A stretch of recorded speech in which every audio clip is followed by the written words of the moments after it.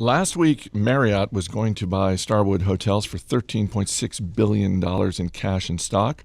Earlier this week, Anbang Insurance from China came in with a higher bid, only to drop that bid altogether just a few days later.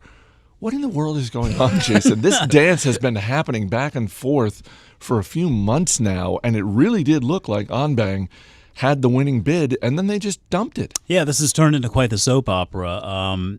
I think, honestly, that Starwood is probably happy that this is working out the way it did. I think so. We look at Starwood and think, okay, well, management certainly has the responsibility to consider every offer on the table, and it would seem on the surface that accepting the highest bid makes the most sense. It would be the most responsible thing to do, but maybe not if you look at this from a longer term perspective. And so I think it makes more sense for Starwood to be a part of Marriott as opposed to a part of the Anbang consortium, because there wasn't really a hotel specialty dynamic to that relationship, whereas obviously that is just what Marriott does.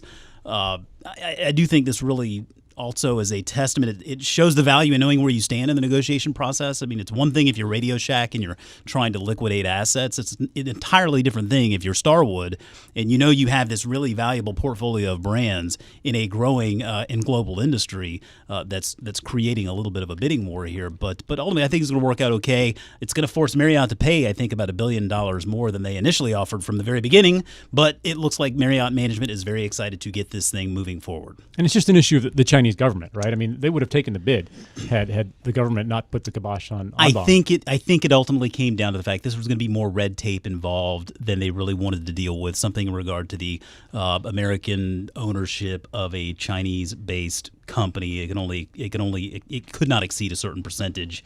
And Anbang is notorious for having a very let's just say tough to understand ownership structure. They're the Pac-Mans of 2016, buying everything they can eat. Marriott shares fell when this news broke, and I'm wondering if at least some investors look at this and think, you know what?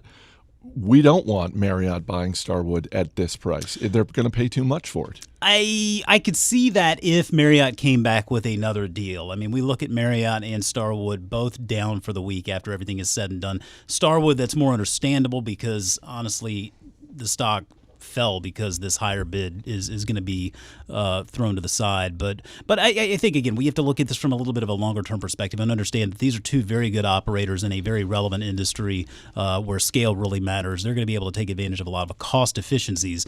And I think that shareholders of Marriott will be glad this all works out here over the long haul.